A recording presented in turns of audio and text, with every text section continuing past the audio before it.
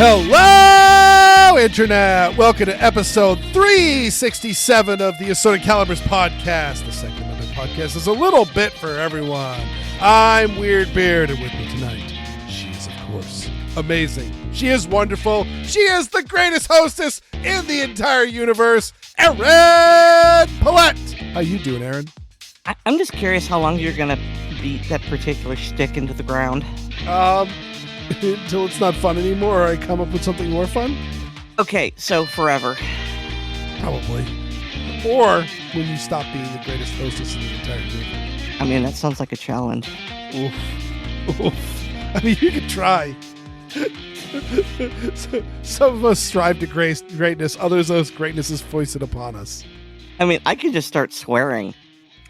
You could. And I have a whole bank of clean swears to put over you. Fiddlesticks. All right.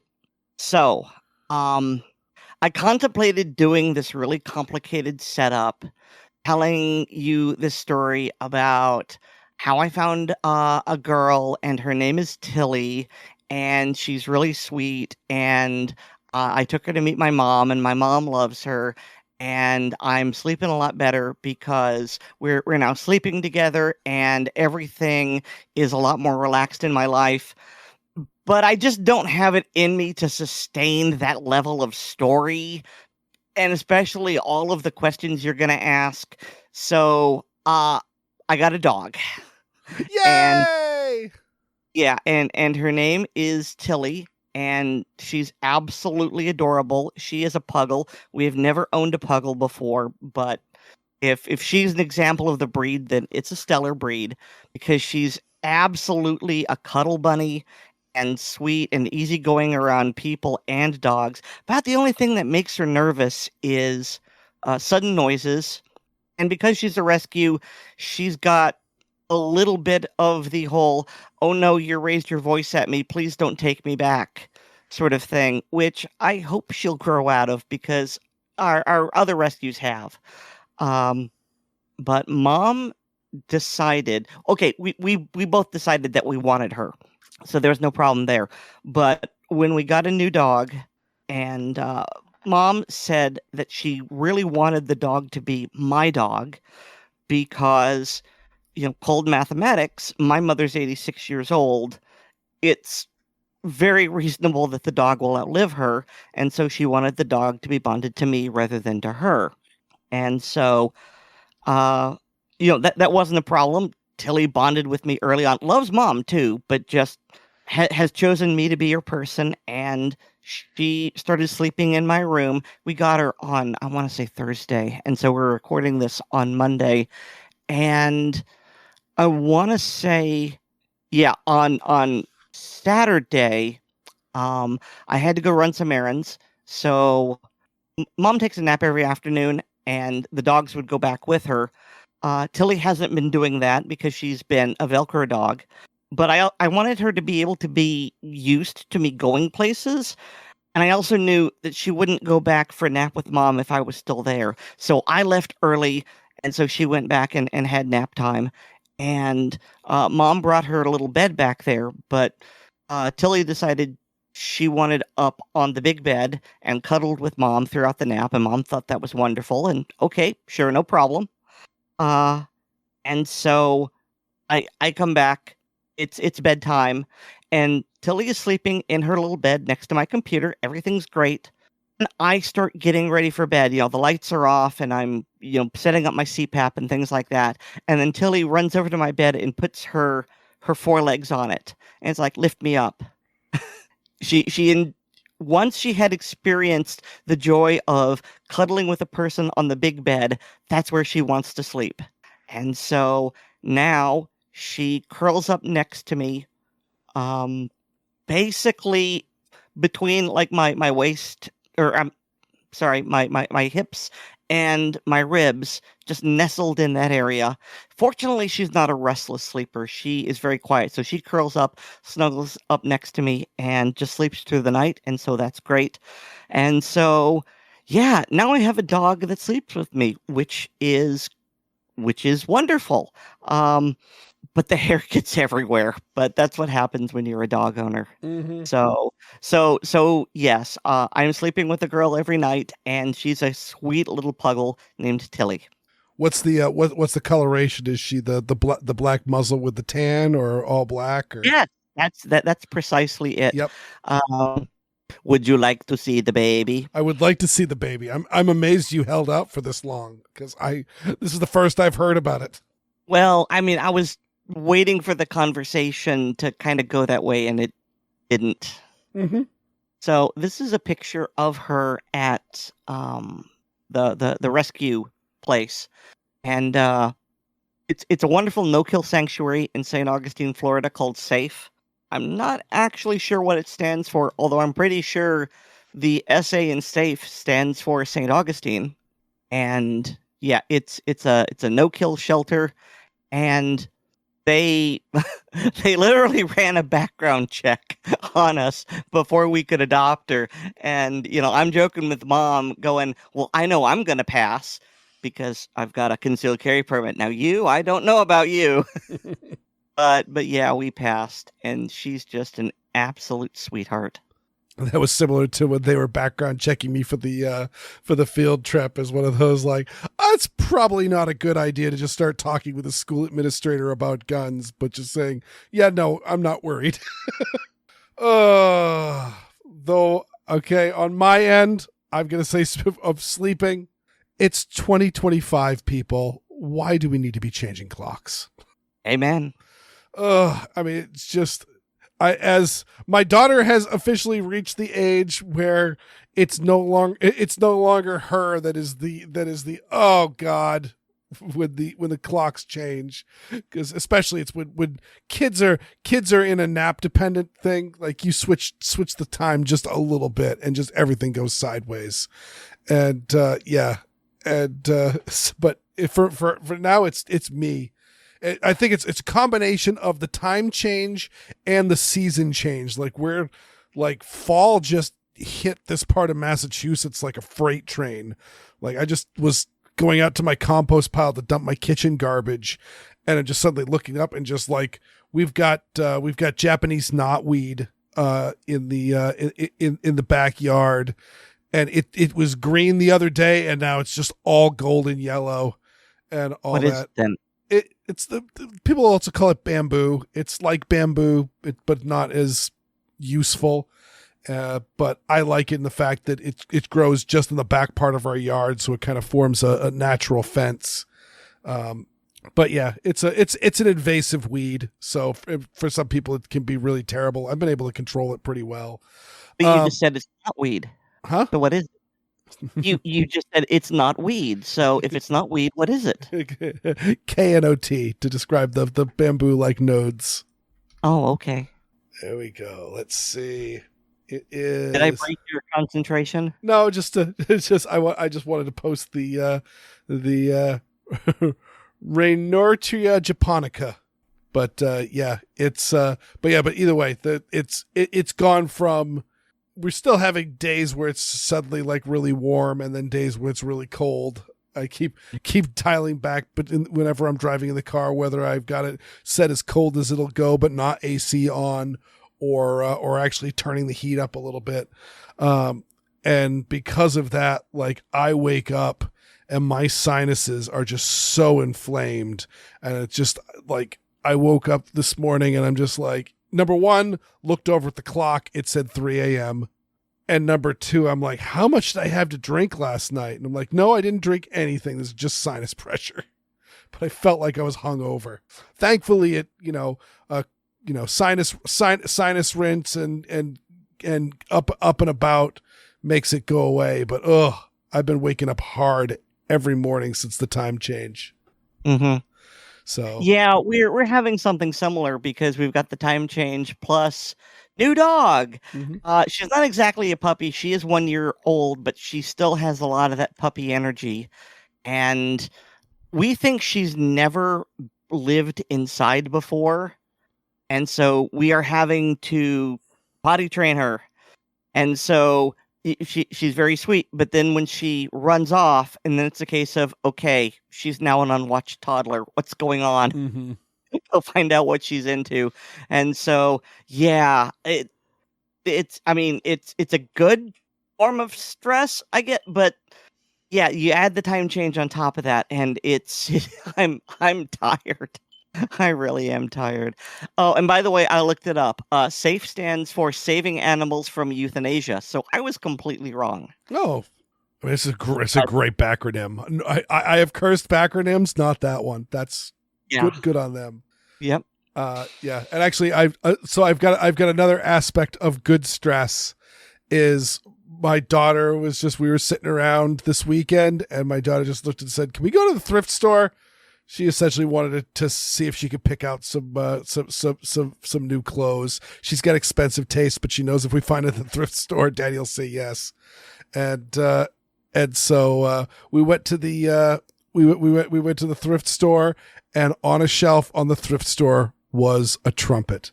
And my daughter's like, "Oh, I want that." And I'm like, "We'll get it." It was $50, and we had and since we usually bring some stuff to donate when we show up. They give you a 20% off coupon. So I went, you know what? We'll grab that. And it seemed like it was in a lot better condition when I picked it up. It's in rougher condition than I originally thought, but she's gonna have her band director at school look at it and see what he can do, and otherwise, there's a music shop in town that'll send it out to get repaired.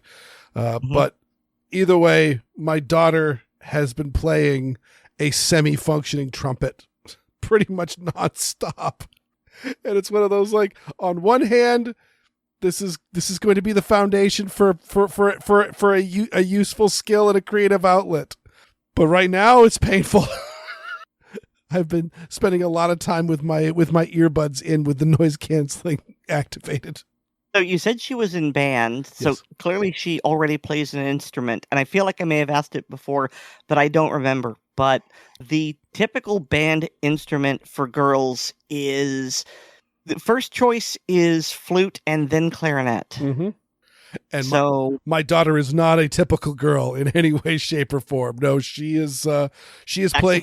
She is playing trombone, and interestingly enough, it's one of those. This is actually something we took her to at the Boston Symphony Orchestra. They did a Peter and the Wolf concert, and so it was very, very youth oriented. I mean, I think Peter and the Wolf was designed for children anyway, and there was, during the intermission,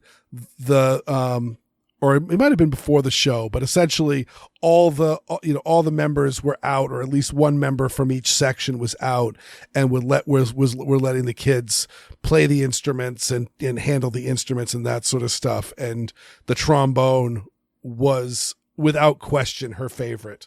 And then on top of that, my good friend who we played in the University of Maine marching band together, he hadn't played his trombone in years, and much to his chagrin, both of his daughters have no interest in band. One of them sings, but neither one of them plays an instrument, and it's very clear that that's not going to happen anytime soon. So he's just like, "You want a trombone? I got a trombone." And so it's not only is it a trombone, but it is one of my best friend's trombones. Mm-hmm. It's a trombone that I've known longer than I've known her. Well, in that case, okay, so I assume it's a slide trombone. Correct. And the slides are different than the valves on a trumpet. But again, I was thinking she was a woodwind, and so that's a heck of a change from in embouchure from woodwind to brass. But if she's already a brass player, she's got that taken care of. So now it's just a member matter.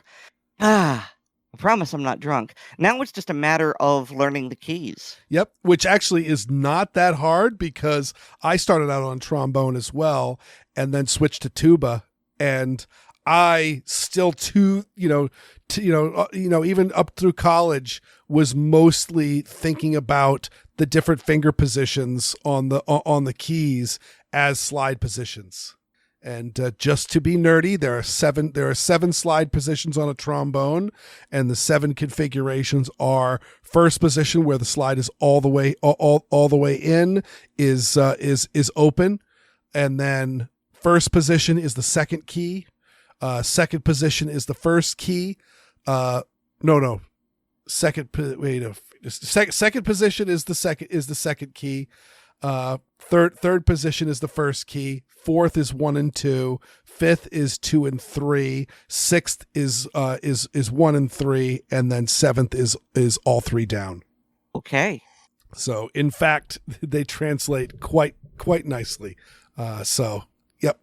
But yeah, so that's going on, and so it's actually kind of fun because she's kind of doing now she's dealt with 2 different brass instruments with different mouthpieces at an early enough phase. So hopefully it'll give her like a level of flexibility between the two. Cause I certainly, especially going from trombone to tuba, you put a trumpet in front of me, I can barely make any noise out of it. Okay. I mean, I have 0 experience with brass, so I would have thought you could. Well, it's just you're buzzing with your lips. You're going, and like essentially the going from tuba, where it's like a bathtub, to a trumpet where it's just this little teeny tiny cup. The muscle memory becomes very, very different. I didn't know that. Yeah. Really noted. All right. Well, enough about of these shenanigans. Do we want to talk about some news? Well, let's talk about a new development in another form of shenanigan, one that's much less fun. Mm-hmm. And so again, we are back to the airman in Wyoming who shot the other airman and then blamed it on his SIG. And so it has come out. Well, all right, if you remember, he was charged with filing a false report. So he lied about it.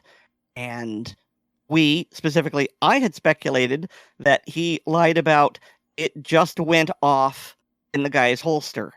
And yes, that is what happened, but it's so much worse. So as it turns out, the airman that was arrested for manslaughter, and this is an official report, the alleged shooter had pointed the gun at his friend's chest in a, quote, joking manner, unquote, and then somehow, mysteriously, shot his buddy in the chest and killed him. So 2 other airmen came to investigate the gunshot, and the shooter allegedly, I have to use that for legal reasons, urged the other 2 airmen to lie about what happened. And he essentially said, okay, he told one of them, quote, here's the story. Tell them that I slammed my duty belt on the desk and it went off, end quote. He then told the other guy to tell emergency reporters that his holster went off. And so these other 2 airmen who lied and therefore committed perjury, they have pled guilty to making false official statements.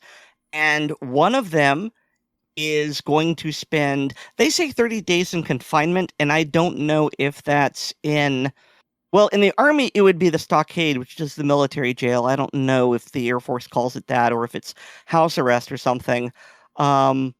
A fine of $1,500 and a demotion.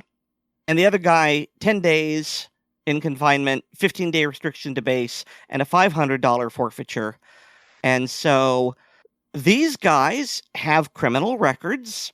They have been demoted. They have had to pay fines. I'm not going to say that they're military careers are completely over because these are not felony sentences, these are misdemeanors, but they will probably not last very long. Their careers will probably stall because they now have a reputation for lying to their superiors. And so they will probably serve their term and get out because there's really no point in them being in the military anymore. I also suspect that even if they decided to go against that suggestion, that they've probably been told more or less directly that their reenlistment would not be accepted. I mean, either that or you're going to be given scut jobs for the rest of your time here. All right, so this guy, the person who committed manslaughter and then persuaded other people to lie for him, he's the same guy who was found dead under circumstances no one would talk about. Now, previously, I'd speculated it was suicide, and it might still be. But now I'm starting to wonder if this was someone accidented him. Because in the military, like I really truly served, but in the military, he would be known as a Blue Falcon. And so the blue stands for buddy, and the F stands for exactly what you think it means. And so this guy managed to F 3 of his buddies by killing one and then getting the other 2 to lie for him, and now their careers are ruined. So I wouldn't be surprised if they did the equivalent of a blanket party like you see in A Few Good Men, just, partially to get payback and partially to get him to unfornicate himself, and maybe things went a little far. And if that happened, I kind of wonder just how thorough the investigation into the death is going to be, because the authorities might just take a look at this and go, this guy was trouble. We're not going to investigate too thoroughly because at this point, it is a self-correcting problem. So, whoops, he accidentally slipped and, broke his head open. Whoopsie. Or, accidentally shot himself in the back 3 times. I, of course, am not casting aspersions on the Air Force. I'm just saying that they might not dig too deeply if a very convenient solution is offered and just go, yeah, that works. No need to look further. Problem solved. Mm-hmm. Yeah, and this is there's definitely a military thriller screenplay there to be written, especially with the shadow of the big corporation potentially producing substandard firearms. There's a lot of angles in there. So yeah, there's that. Well, I mean, is Aaron Sorkin still alive? Because if so, let's get him on the line. Yeah, no, that would definitely be a good choice. Yeah, he is alive. He's 61. So, Mr. Sorkin, white courtesy phone. Yes. All right. So this next story, speaking of, this is now instead of people screwing over the government, the government is screwing over the people. And I've actually heard these because I still listen to some AM talk radio shows, and they're almost always ad council things. Usually this is essentially government advertisement for various reasons. Most of the time they're really stupid. Sometimes they're they're often generic, kind of like the milk ads that we saw as kids in the late 80s and early 90s and all that. It does the body good. Correct. Yeah. You're just advertising milk. Yes. It's just advertising milk, not any one particular brand. Just drink milk. And like there's been one that's been going around. Take your kids to the forest. Which forest? Any forest. And it's the National Park Service. But But actually more recently, I've actually noticed I've been hearing a lot of 811 ads, which is awesome. Cause again, like I said, more people need to know about the suicide hotline and go through. And unfortunately, because the world is super cagey about the word suicide, like they're kind of cagey themselves about it, which means that I'd actually listen to the ad a few times before I realize, oh, that's what they're talking about. But in this case, recently I've started hearing essentially gun control ads on this, and Tom Knighton at Bearing Arms is detailing the story, as well as he's also citing an NRA article on this. And one of the groups that is getting a lot of play from the Ad Council, which is again a taxpayer funded ad service, is this thing called Agree to Agree, and they are they are kind of they are supplied by essentially a who's who of gun control groups. So, we got Giffords, we got the Brady campaign, we've got I think is Everytown in here. Yep, Everytown for gun safety, and they've got resources, and it's all full of facts. And oddly enough, like most of the time, they will give they'll give a fact about something. Let's see. I'm trying to find about. Let's see. More than 46,000 people were killed by guns in the U.S. in 2023. Source: Johns Hopkins Center for Gun Violence Solutions. Which they're at the Bloomberg School of Public Health. Correct. Exactly. They're being a little bit cagey, but like 90% of the scientific basis for this is the Johns Hopkins Center for Gun Violence Solutions, which again is a school that is funded almost exclusively by Michael Bloomberg and is staffed by a who's who of anti-gun, both policy people and researchers. And actually in this study, I actually found the study, Gun Violence in the United States 2022, and this appears to be the origin of the guns are the leading cause of death among children. And interestingly enough, it's really a pamphlet. It's not a study. It's just a pamphlet listing stuff, and it doesn't actually show how exactly they came across this, because like I said, I've linked in many of my Weird Audio Fisks to the CDC website where it talks about it, and nope, it's not the leading cause of death in any group of group of people, but in the demographic of, I believe it's 17 to 22 or something like that. It is I'm scrolling, but it is the second leading cause. But again, most of that group are adults. So yeah, I've got the study linked if you guys, if people want to read it. But from me looking it over, like, it is just propaganda. So, but that's the origin of all of that, is again, the gun control groups hired the gun control groups to produce a study that told them what they wanted to say. Go figure.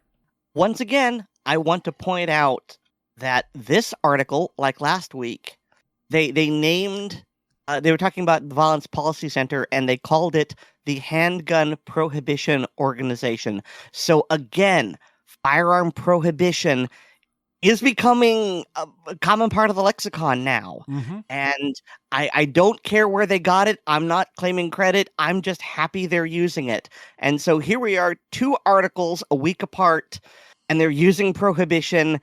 It warms the cockles of my heart. Yeah. And also, just another thing to point out is whenever we see these groups that are a bunch of a bunch of anti-gun groups coming together for something, it's always just anti-gun groups. There's never like a Second Amendment org also thrown in there. Like, really the only person that's done this, and it's kind of hilarious to say this, is CNN, where they actually hired a bunch of different gun writers. That program has since ended, so it was very short-lived. So Stephen Gutowski was there, as were some people from the Trace, and they were all there all right, we need to talk to people who are experts on guns. We've got people that are experts on guns from the gun control side. We've got experts on guns on the Second Amendment side.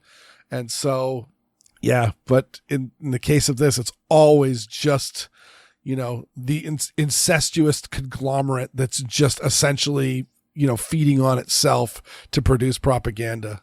And they're taking your tax money. And actually, speaking of incestuous propaganda, this one I really just pulled up because this is just a saw that I'm going to go through. I've actually got it on an archive site because it's a Wall Street Journal article, but it's behind a paywall.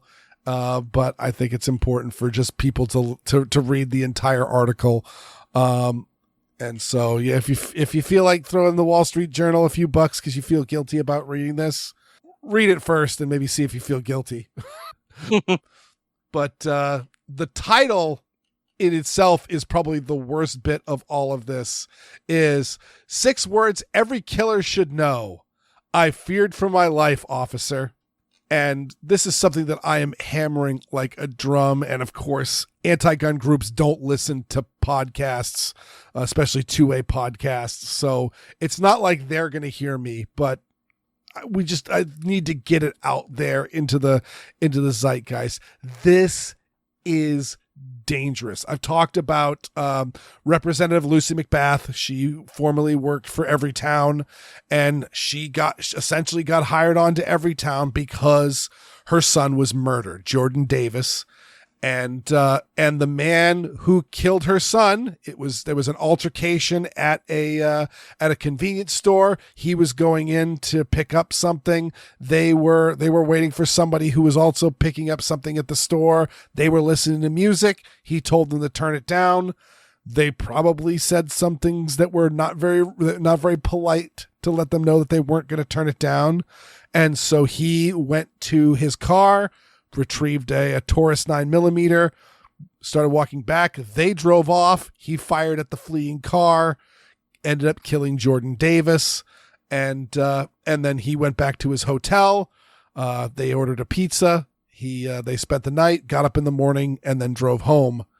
And at that point in time, the police had seen the surveillance footage of the murder and went to question him. And he said, "Oh, I was fearful for my life. One of the kids had a shotgun or something that looked like a shotgun in the back of the van, so I had to shoot him." And that didn't work. And that man will more than likely spend he didn't get a life sentence, but he was in his late 40s at the time, and he's got a lot of time that he's going to be serving before his sentence is up. So it's probably going to be probably going to be a life sentence for him.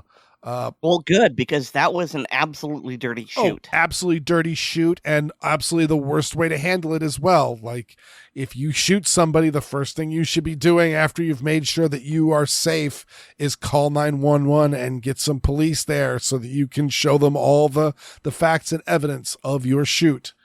And that was not the instance. Instead, he clearly had the idea of, all I need to do is say I feared for my life and you get away free. And I note that there are no Second Amendment trainers. There's no gun trainers out there that teach people that. Like, they will teach you how to be in fear for your life. And sometimes you can be in fear for your life, and it's not as cut and dry as the person sticking a gun in your face or the person has a knife. We often will see people shooting at a car. If someone's driving a car at you, that is a deadly weapon. There's all sorts of things that can be deadly force. If there's multiple people, even if they're unarmed and they are acting violent towards you, 3 or 4 people beating on you can very well turn into a fatal beating. And so that will be taught by trainers. What won't be taught by trainers is, oh, you just need to, you've got to stand, tell them you stood your ground. Tell them you were fear for your life. That's your murder insurance. No, that doesn't. But the people you do hear say that is the anti-gun people. The gun prohibitionists will constantly say that concealed carry permits are licensed to murder. That stand your ground is a murder insurance. All someone has to do is say, I was in fear for my life, and the police will just let them go. And that is literally this entire article. One instance, a man he's watching TV, and he hears a guy cutting branches, and that's coming down into his yard. He comes out to investigate. He sees it's one of his it's his neighbor's kid, who he knows is a violent person. It's an adult person. 42-year-old son of the neighbor. And he says he's known the guy in the past to have a violent temper, and have problems. And he tells the guy to stop cutting the branches. The guy instead comes at him with a chainsaw, and he shoots him.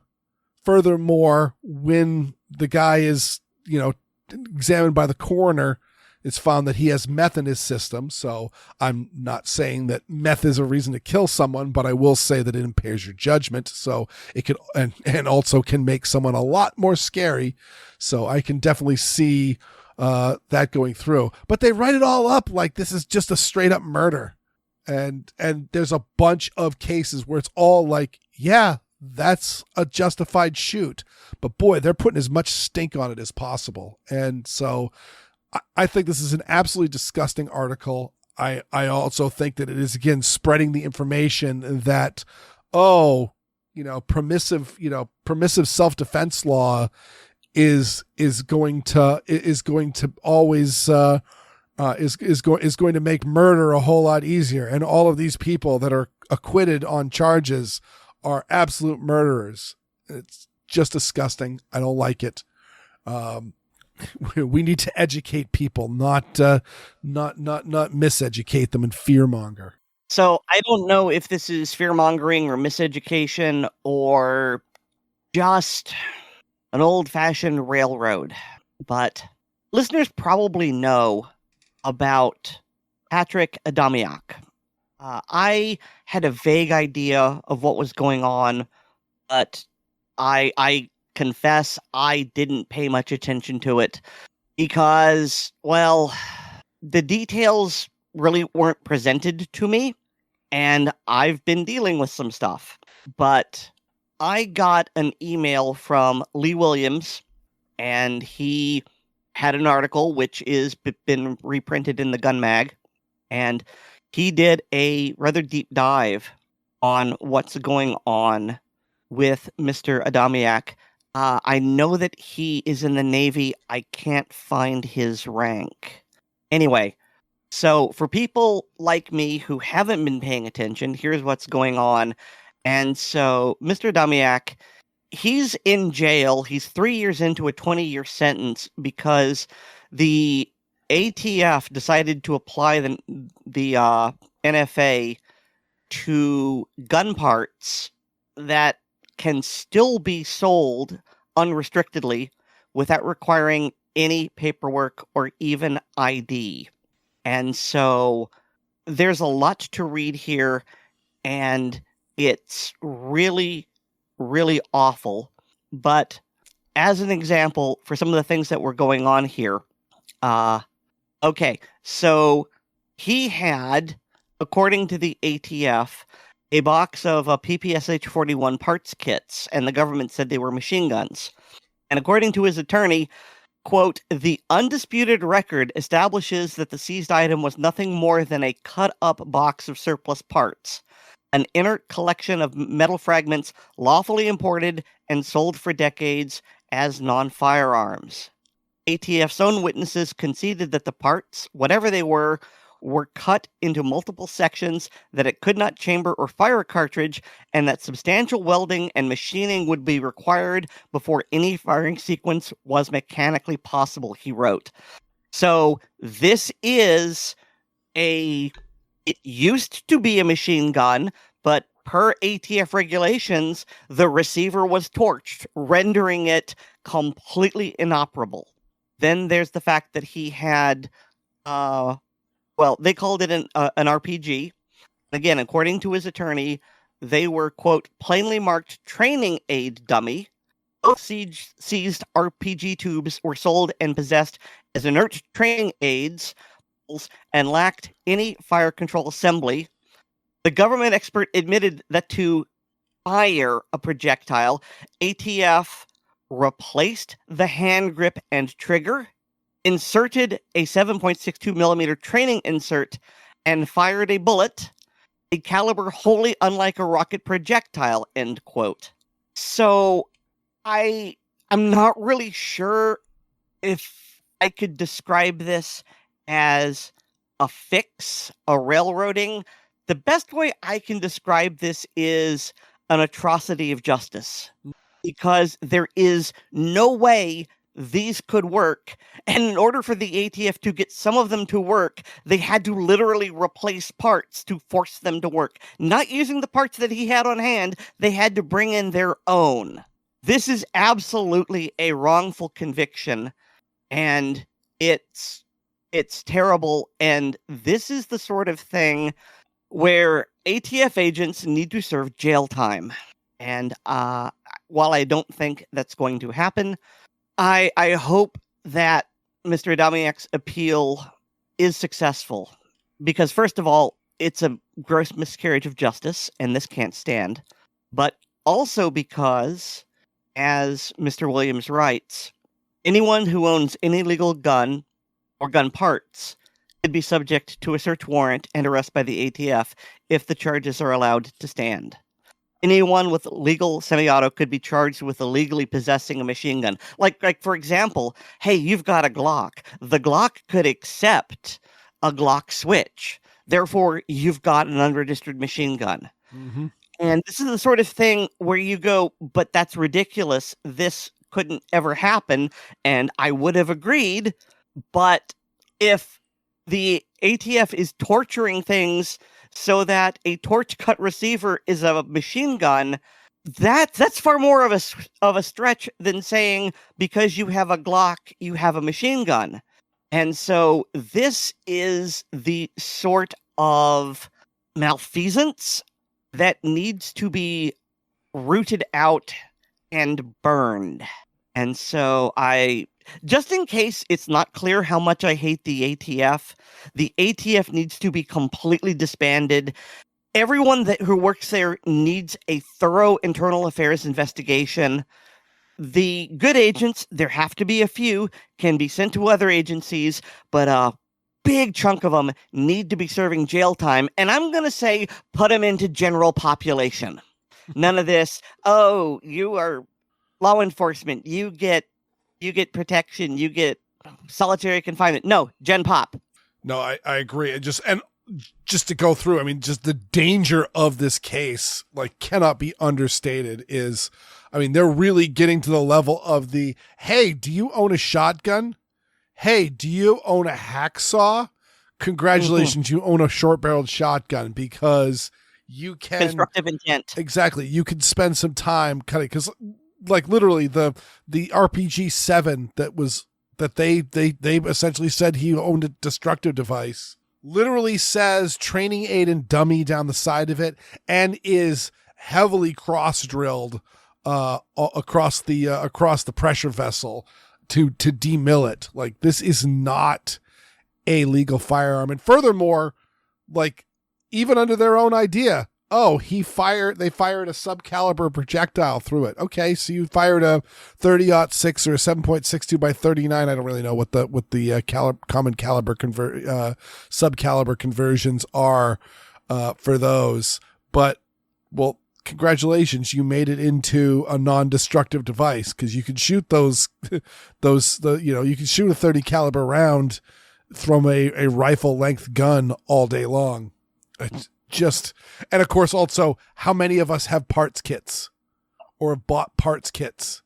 And then furthermore, like even if you bought a parts kit and then converted it into a semi-auto gun, like I know our friend Heinrich from Geeks, Gadgets and Guns, I think he has a couple of Steyr AUG parts kits, and he wants to build up some semi-auto AUGs. But again, if it's a parts kit, that meant it started out life as a machine gun, and as we know from anybody who's dealt with the NFA, once a machine gun, always a machine gun. Doesn't matter if it's partially converted. My FAL was built from a parts kit. The gun that it likely was cut from was a semi-auto only infantry rifle from the British. It was an L1A1 from Birmingham. But because that receiver was designed to accept an auto sear, they didn't put them in because the British didn't want the infantrymen to have the option. It's still a machine gun forever. And so, yeah. Because the ATF believes in homeopathy. They really do. They really do. It has a memory. Yep. It remembers when it was a machine gun. Mm-hmm. Oh, that's a good point. That's a good point. I hate homeopathy. So yeah, that's hopefully that's a good defense, and maybe if we're lucky, Pam Bondi will do what she has done before in the past and just said, yeah, no, we won't fight this appeal. But I'm not banking on it. I'm just gonna say, as a Floridian who lived under her term as Attorney General in Florida, she's not gun friendly. No. All right. Well, I need some I need some good news, Erin. So so the segue here is, and now let's talk about something that's more gun friendly. Mm-hmm. Yeah, much more gun friendly. So I have been reading and hearing, and probably you have as well, that there is a massive reorg going on within the NRA. And rather than me just combing through all the various articles and compile it as best I can, I'm friends with a member of the board of directors. So I reached out to John Richardson so that I could get his take on what's going on within the NRA.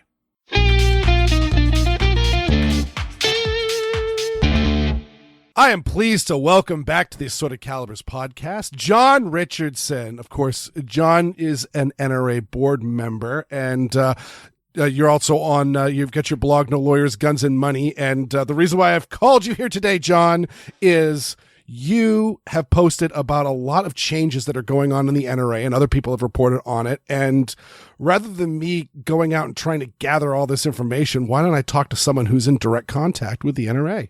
Well, I appreciate you having me on, and I'll try to do my best to give at least my explanation of what's going on.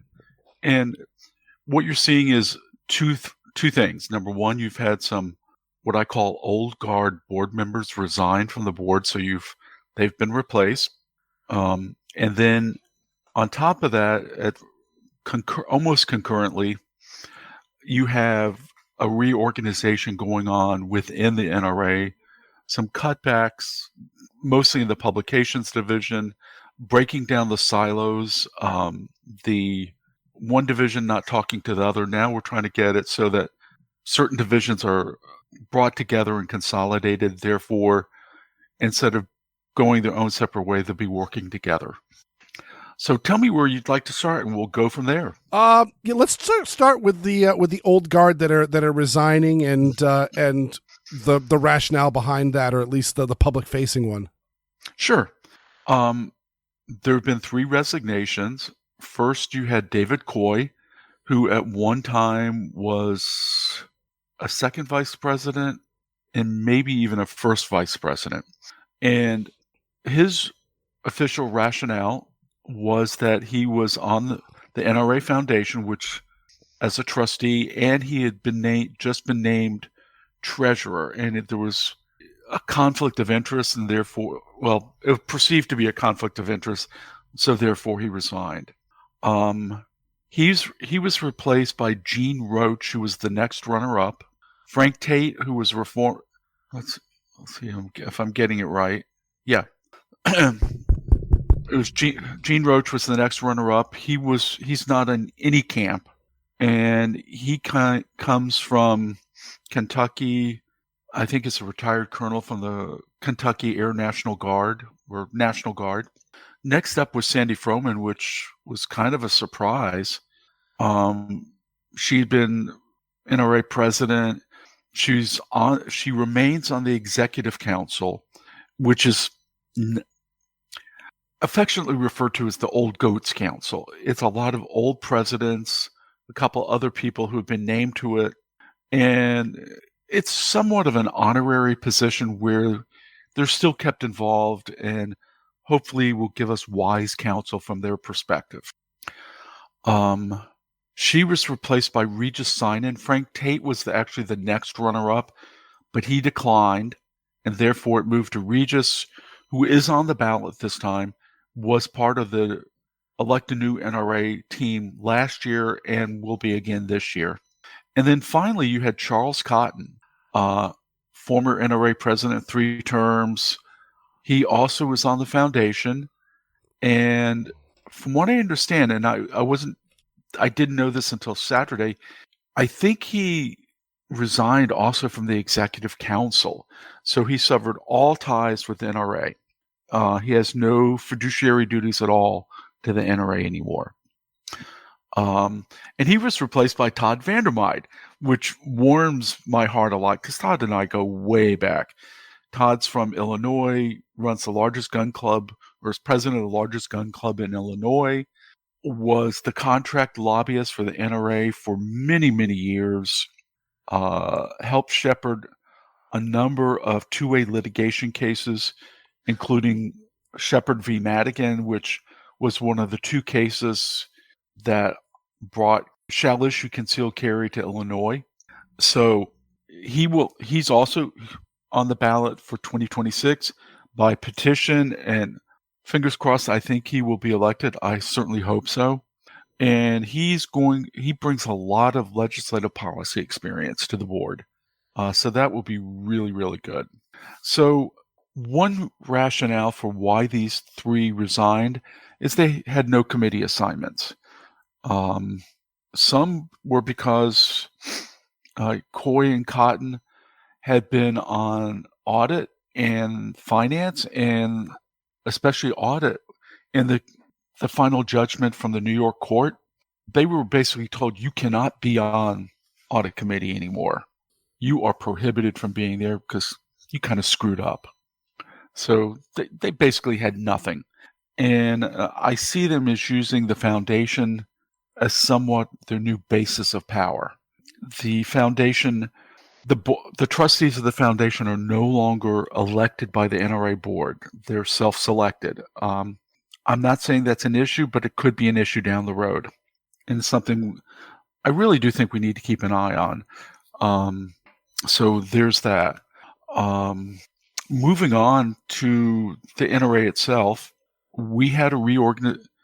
It was announced on Thursday that there was going to be a reorganization. We came out in a number of press releases. I think there was before the official announcement, there was a embargoed call with a number of the press. The board itself had a board-only town hall on Thursday night, so we could ask any questions. The officers knew about it. On the call itself, there was not one staff member. It was board members and board members only.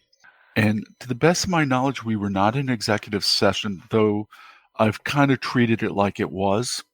We had a lot of questions. We knew change needed to come. We knew the budget was tight. We will finish this year in the black. We will have a balanced budget, which is the first time in many, many years. Going forward in 2026, the Finance Committee has adopted new rules or a new policy in that sense that they're going to go with zero-based budgeting rather than just say, okay, here was your budget last year. We're going to give you an extra 2%. No, you're starting from zero and you need to justify what you're doing and why you need this money. And does it fit our mission? If it doesn't, well, then, maybe we don't need to fund you or fund you at the level we've been doing. And so as part of the reorganization, the part that will impact people most directly is going to be in publications. Going forward, we will have the American Hunter and the American Rifleman. They will be published digitally, like with a flip page monthly, and then every quarter there will be a paper edition. And if you look at the outdoor press, the gun press, the magazines that used to the American Handgunner, the Guns magazine, the Outdoor Life, the Field and Stream, this is what they have gone to. Actually, Guns and American Hunter are strictly digital now. And it's a combination of rising postal rates, readership, as a younger readership doesn't bother with print magazines. And so you see within the media industry that it was moving to that. The other magazines, such as Shooting Illustrated, America's First Freedom, NRA Women, they are going to have digital websites, but not be like the flip page magazine.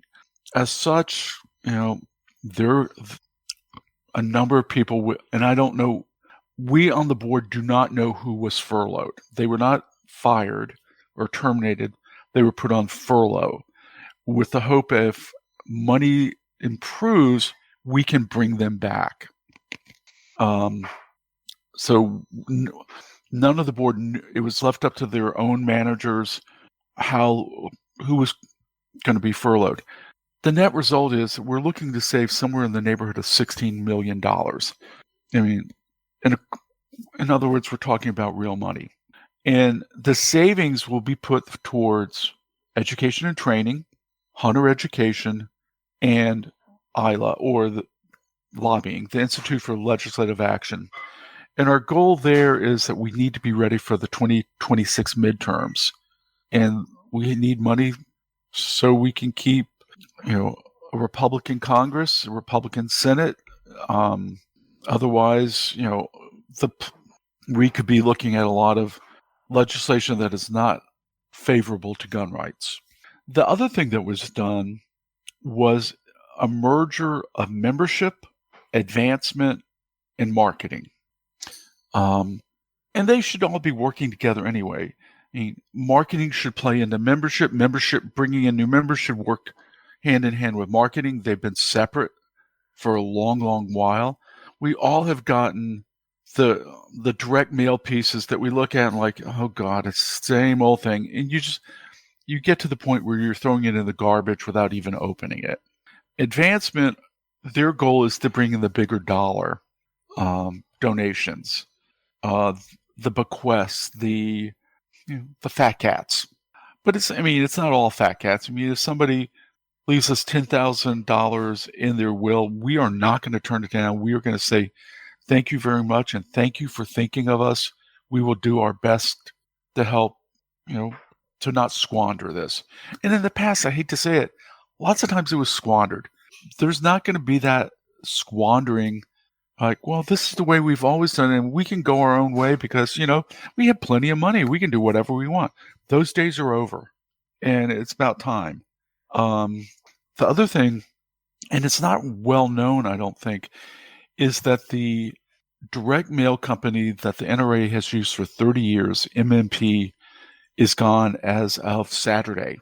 And they're the ones who were just send out, they basically controlled what was being mailed out, who paid for it. We paid for it, they sent it out. I think they wrote it mostly. So we're bringing in a new company whose cost is half, and we're going to invest the rest in building our own marketing team, so that the message is not going to come from outside, but from within. In my own estimation, I look at organizations like Firearms Policy Coalition, Second Amendment Foundation, and I think at least their email marketing is much better than the NRA's. It's much more appealing. It's much more aimed at a younger audience, a more activist audience, and I think that's the direction we need to go. If FPC drops the F-bomb on Twitter or X, I don't care. And people say, well, we have to be the adults in the room. Screw that. It's time we need to reach out to a younger audience, and because we're getting old.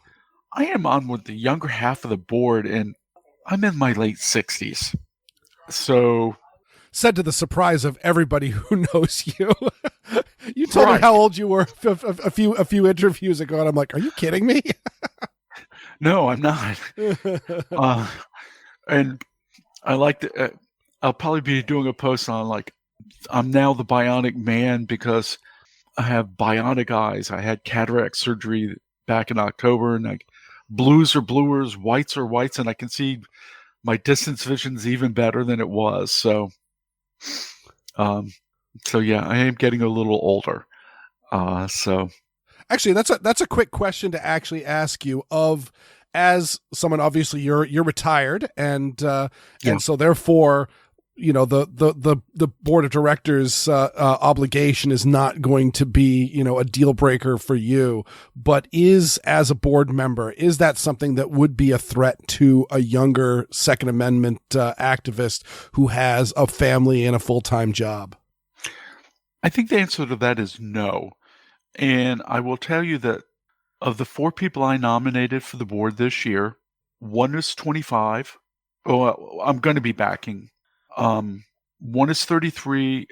The other one is in his 60s, 2 in their 50s, and a 5th person who I absolutely think should be on the board, Huey Lawgeson out of Colorado, who's the executive director of the Colorado Shooting Sports Association, is 25. Time commitments, you have 3 times a year, and our committee meetings are now being cut down from 3 days before the meeting to only 2. So we're cutting back ourselves and doing a lot of stuff. We also have a lot of meetings electronically, Zoom or Teams or WebEx, whatever you want to call it, but that's what we're doing. And those are usually late afternoon into the evening. So you can get away from work. You might leave work an hour earlier to be able to do it. I know on the audit committee, I'm the only person that's retired. And everybody shows up. Charlie Pierce, the chair, is like 45, 46. Teresa Einacker's in her early 50s. Jonathan Goldstein is in his 40s. 2 people running their own businesses. So, you can be younger and you can be on the board. And I think that is something we need to embrace and move forward with. Yeah, no, I 100% agree. And you definitely don't want to be, the old person brand. That's definitely a death. You think about, GM with the Oldsmobile line. It suddenly became the old person's car, and they had to get rid of it. Which kind of always amazed me, because I always thought the old person's car was the Buick and not the Oldsmobile. And maybe it was because my uncle always had Oldsmobiles, and you saw the Oldsmobile Cutlass, which was kind of a younger person car. But then you had the station wagons, and then. But either way, I strongly would support a push to get more young people, both in the NRA, which I don't know if it's nearly as much of a problem because of all the training in youth sports and that sort of thing, but also actually representing the NRA. Well, I will tell you that I'm also on the membership committee, and one of the things that we are working on is to come up with an app that you can use on your iPhone, your Android phone, whatever, where you run your membership through your app. You get the magazines digitally through the app, and we're going to try to make it so that it's a lower cost, digital only. And we're talking, we're batting around a lot of things. Some of the things we're thinking about is going to a month instead of, writing a check or, writing a check. Who does that anymore? Doing it more almost running some memberships like a Patreon, where you pay like $2.23 for your digital membership monthly. And then if you want an enhanced membership, you pay $5.56. and a family membership at $7.62. You notice we're kind of going up in caliber. Yep. No, that also. We'll have to touch back with you when some of these things take root. We had hoped to have the app right now. The back end is mostly done. I would say early December the app will be out. Oh, that's exciting. Where we can push legislative, lobbying type stuff to you. Like, here's your candidates. Here's a bill that it impacts you, and you need to speak out against it. Here's when your membership expires. The only thing I think I wish we could find a way, and I know they're investigating it, so that we could electronically vote for the board. And that's a little problematic. And last year, people with digital memberships, it was found that it would save $100,000 or more to actually mail them a copy of the magazine with a ballot. This year, we did go to both paper and digital, where you could sign you could nominate a person who could be nominated and could gather petition signatures electronically. And that, to my mind, worked very well, because for the candidate or potential candidate, they knew that they were getting people who had already been vetted. You didn't have to look up their membership number. You knew they were members. And if somebody tried to sign it again, they couldn't do it. They were blocked. There were a couple of glitches, but not much. So that worked out pretty well, I thought. The downside was you couldn't go to a gun show and just have people sign the paper and then look up their memberships later. So, but all in all, I think it worked out. So I think you've painted a really good picture, and you've really clarified a lot of the things that I've been seeing in various articles and things around the web. But could you give kind of a big picture of, like, all right, what's your feeling, especially since you and we go way back, and I think our opinion of how the NRA should be and how the Second Amendment should be is very good. And I know you were obviously a reform candidate towards the issues that the NRA had in the past. How do you feel that the NRA is going right now? I think we're doing okay. I mean, there are some things that I would like to see change, not so much within the board, I'm still, when it comes to legislation, there are still we need to build the relationships mindset. So we want to be, best friends with this politician or that politician, rather than say, you're either with us or against us. And if you're against us, we're going to savage you. Sometimes you just have to get brutal with politicians, because the only thing they know is, am I going to get elected or am I not? And right now we're looking, one of our key legislative policy is national right to carry. We know we can't get it through the Senate, but we need to bring the vote, because then that puts people. The bill has 189 sponsors in the House. There are some saying, well, we're not sure, blah, blah, blah.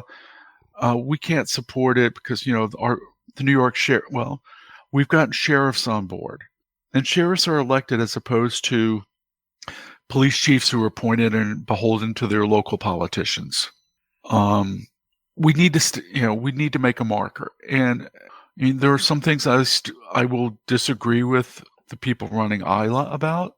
For example, permitless concealed carry in North Carolina. They didn't write the bill. So there's still that not invented here mindset somewhat, which irritates me beyond all belief. We all should be working together. Now, that is an area where I do see on litigation, we have really, really improved. It used to be the NRA would never join with other organizations in joint lawsuits, or virtually never. However, you look at the challenge to the NFA, the National Firearms Act, we worked well together with other organizations on the zero tax and extending it from more than just suppressors to short-barreled rifles and short-barreled shotguns. On the lawsuit, now that it's a zero tax, and the NFA was based upon the taxing ability of Congress, which a zero tax is gone. So why do we have registration? Brown versus Bondi or Brown versus ATF. You have the Second Amendment Foundation. You have the Firearms Policy Coalition. You have the American Suppressor Association. And you have the NRA. 4 organizational plaintiffs working together. And that is a sea change. And that is what we need to see. The only downside is, well, somebody else has to write the amicus briefs because we can't write our own amicus briefs. But there's plenty of other organizations. We can write one for GOA. GOA can write one for us. State level organizations can join in on amicus briefs. Gun Rights Grassroots North Carolina, Rights Watch International, which I'm now the treasurer for. We join a lot of amicus briefs. So there are organizations like that out there that can help support it. But the joint litigation, I think, is a big change and a welcome change.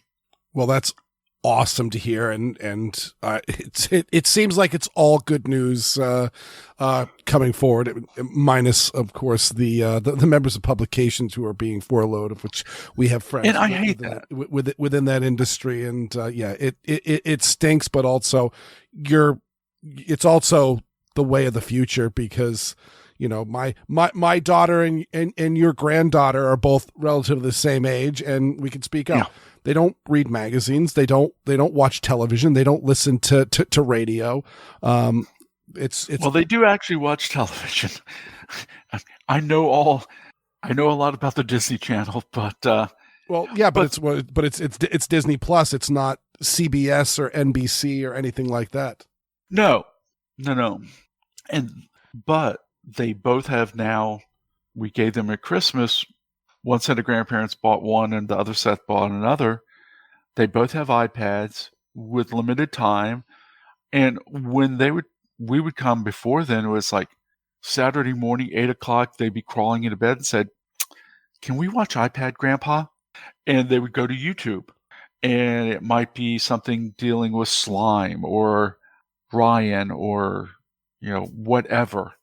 Barbie, I don't know. Whatever little girls do.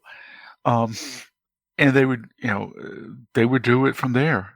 So you're right. But yeah, so it's a big sea change, and so I'm glad to see that the NRA is moving towards into the future, and I really appreciate you coming on the show, John. Well, Weer'd, it's been a pleasure. It really is, and my best to you and to Erin. All right, and we will we'll hopefully be talking to you soon with some of these new developments that you were talking about. Great.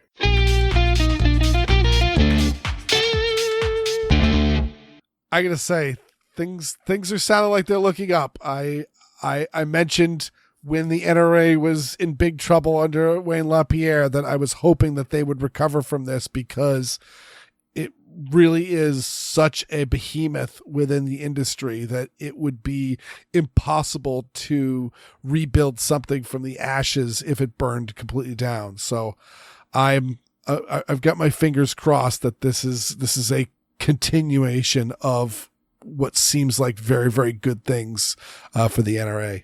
Yeah, the problem is that, so to torture an analogy here, the reformers, they've tried chemotherapy and that hasn't worked. And now it seems like they're starting to get into the excision point. I tried to say part and point at the same time, but anyway, they're now trying to cut out the rot, and that's never a fun thing. And so, I know it's trite to say, but my heart does go out to all those members or employees who, through no fault of their own, are now furloughed. Mm-hmm. And furlough, as I understand it, okay, you're not fired, but you're not working and you're not being paid either. So you're on an unpaid vacation and everything is very uncertain. Yeah. And so, if I were in their shoes, I would be polishing the old resume and looking for a job, because I wouldn't know if I would be getting my old job back. And if so, how long it would be. It could be a week. It could be months. Who knows? So it's a terrible thing to do. Like John said, he hated doing it, but it was unfortunately necessary to save the organization. And I read elsewhere, I think it was NRA in Danger. The author of the blog said that the reformers inherited a 747 that was in a spin and descending rapidly. And so the reformers have to try and get some airspeed before they run out of air and hit the ground. And you got to take some pretty drastic measures in order to do that. And let's hope this is the end of the drastic measures. Yeah. Because, I mean, there's only so much you can cut before it ceases to be that organization. Yeah. Though I will say I'm very heartened to the fact that they are they're finishing out in the black, which is impressive because, as we know, there were many people within the NRA that were lining their pockets with there was a lot of squandering of NRA resources that was going on, and John mentioned that in the interview, and at the same time, when people suddenly started realizing that's going on, they started pulling their donations. So not only was the money being wasted, but it was also not being replenished. Yeah, when you're in a drought, you stop wasting water. Yeah, we've covered this ground before. Just the entire NRA debacle was malfeasance. And so I wish them all the best of luck because they are going to need it. So tying back into to the story of, this is an NFA item, but is it not an NFA item? And now David tells us about the super safety, which is more than a regular safety wearing a cape.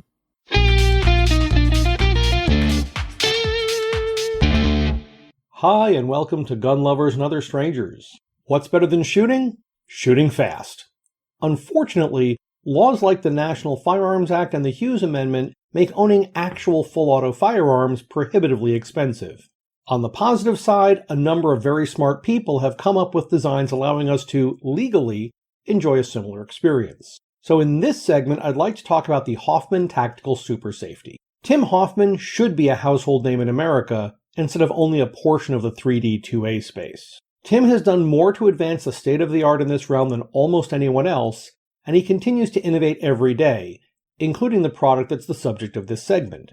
The concept of a forced reset trigger, or FRT, isn't new. It dates back to at least the 1970s. While details vary, the general function is the same. Some collection of parts forces the trigger into the reset position during the normal cycling of the firearm action. Once this movement is complete, applying pressure to the trigger releases the hammer or striker for another shot. This cycle is repeated until the shooter removes their finger from the trigger or the firearm runs out of ammunition. While this appears to mimic fully automatic fire, the firearm does not, in fact, discharge, quote, more than one shot without manual reloading by a single function of the trigger, unquote, in accordance with the section of the NFA I just quoted that legally makes this system semi-automatic. I'm not going any further into the legal aspects of these mechanisms today, both because the situation is still fluid, and because not only am I not a lawyer, I'm even more not a lawyer than Oddball. So instead, I'll focus on the mechanism itself. I was loaned the Triggerman Super Safety Parts Kit for testing and evaluation by a friend of the show. No, not friend of the show with common name, a different friend of the show. We'll call this one friend of the show with slightly less common name. The Hoffman Tactical Super Safety is made up of 4 main components. 2 new, the others modified from standard parts. Starting with the new elements, the first is a replacement safety. Instead of the familiar AR rotating lever, this is a push-button style. There are variants for 2 and 3 position safeties, allowing for either safe and FRT fire, or safe traditional single-shot and FRT fire. This kit is the latter. The other new part is the lever that fits into a dovetail in the safety cylinder. This lever is activated by the movement of the bolt and causes the safety button to rotate, resetting the trigger. The modified standard parts are the safety detent and the trigger itself. The detent has its point rounded over to reduce resistance and make the safety easier to move. The modification to the trigger is more significant.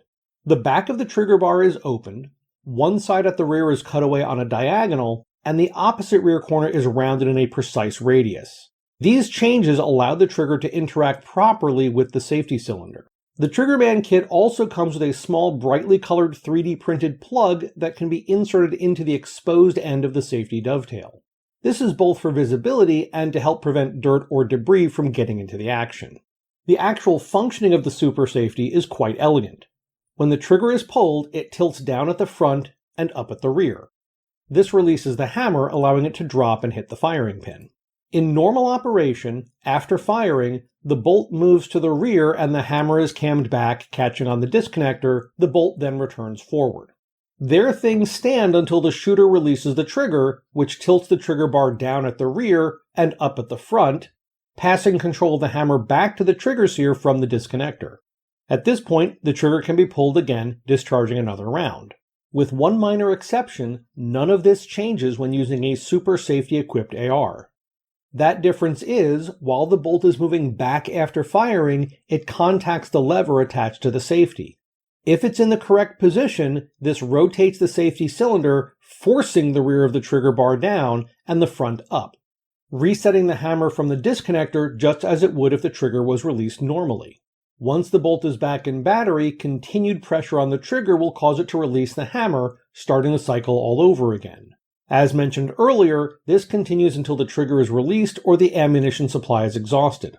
Installation of a super safety is fairly simple for anyone who knows their way around the inside of an AR lower.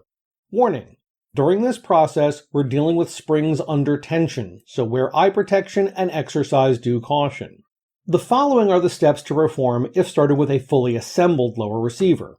Note: depending on the parts, it may not be necessary to remove the hammer from the receiver. However, it does make the process easier even if not required. Drift out the hammer pin and remove the hammer and its spring. Remove the pistol grip screw and pistol grip and slide the selector spring and selector detent out of the lower. Put the spring aside for later and store the detent in the future AR parts bin. Remove the selector lever and put it with the detent. Drift out the trigger pin and remove the trigger, trigger return spring, and disconnector. Remove the trigger return spring, disconnector, and disconnector spring from the trigger and install them on the super safety trigger. Put the original trigger with the detent and selector. Install the new trigger and disconnector as normal. Reinstall the hammer and hammer spring. Insert the safety cylinder from the left side of the receiver. Once it's cleared the sidewall, position the lever with the top angled back and slide the safety cylinder onto the lever dovetail. Continue until the safety cylinder protrudes through both sides of the receiver. Install the new, or modified, selector detent followed by its spring, then reattach the pistol grip. The safety cylinder should slide back and forth easily, stopping positively at each position. The lever should pivot forward and back with minimal effort. If provided, insert the plug into the exposed end of the safety cylinder on the right side of the receiver. To function check the super safety, first, keep a finger positioned in front of the hammer for the entire process to prevent it from impacting the frame when released. Cock the hammer and start with the safety in the safe position. When the trigger is pulled, nothing should happen. If one of the 3 position designs was used, move the safety to the semi position, then pull and hold back the trigger. Recock the hammer and ease up on the trigger. The hammer should transfer to the trigger, but not release. Finally, position the safety in FRT mode, pull and hold back the trigger, recock the hammer, and push the lever to the rear. The trigger should be forced forward into reset. Return the lever to the forward position and pressure on the trigger should cause the hammer to drop again. I installed the Loner Super Safety in my XM177E2 repro. Swapping of parts went smoothly and it passed the non-firing test without any problems. Then it was time for the live fire range test, and that's where some issues were discovered. While the rifle functioned normally on standard semi-auto, it wasn't working properly on the FRT setting. On examination, I saw the safety cylinder wasn't returning to its upright position after cycling. Opening the action, I realized my bolt carrier was the currently more common cutback style as opposed to the original design. Luckily, I had a spare bolt carrier with the proper profile. Swapping them out only took a few moments and I was back on the range. At first, everything was fine. Short controlled bursts went downrange into the backstop, spraying reddish pellets of clay everywhere. Then I started getting failures to fire on follow-up rounds. Pulling the bolt back about halfway would resolve this issue for a few more shots. What I think was happening was the rifle was outrunning sear engagement. I don't think there's any issue with the super safety, but the hammer trigger engagement is small enough it's occasionally missing at speed, necessitating recocking the action manually. A different hammer, heavier buffer, or stronger recoil spring might ameliorate this issue. In conclusion, the Hoffman Tactical Super Safety is a well-thought-out design, and the Triggerman production seems to be very well made. Fit and finish are particularly nice. While my setup could benefit from some tuning, I'm happy with the design overall, and I'm not looking forward to returning it to its owner. But I will. If the Hoffman Super Safety is legal in your jurisdiction, I highly recommend getting one and seeing for yourself. Have fun and safe shooting. Hi there, listeners. David from the future here. It looks like my suspicion of either the gun outrunning the mechanism or bolt bounce being the issue was correct. I swapped out the standard weight buffer for a heavier one, and the Super Safety ran like a sewing machine. No issues whatsoever, except for how quickly it emptied the magazine. On an unrelated note, I am currently taking donations for my ammunition fund. See you on the range. Welcome back to Hoffman Tactical. In today's video, I'm going to be introducing you to the Super Safety. That about wraps up this segment. If you have any questions for me or suggestions for future segments or a comment on a past segment, please post them on the Assorted Calibers Podcast Facebook or MeWe pages, and Erin or Weer'd will make sure I see them. I'm also a contributor on the Blue Collar Prepping blog, which can be found at bluecollarprepping.blogspot.com. Finally, I'm a published author, and books with my stories can be found on Amazon under the names Brena Bock and David Bock. That's all for now. Thanks for listening. I'm David, and this is Gun Lovers and Other Strangers.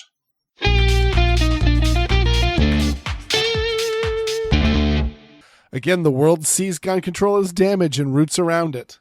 That sounds very quotable, Weer'd. Yes, that is very, very quotable. And yeah, I've never actually shot a forced reset trigger. But when I was down in Tennessee, David has an AR with a binary trigger in it, and I shot that, and I was not expecting it to be as cool as it was. Like, that was a very, very neat gun to shoot. Now, the binary trigger, that's the one where you pull the trigger and it goes bang, and then you release the trigger and it goes bang. Correct. Right?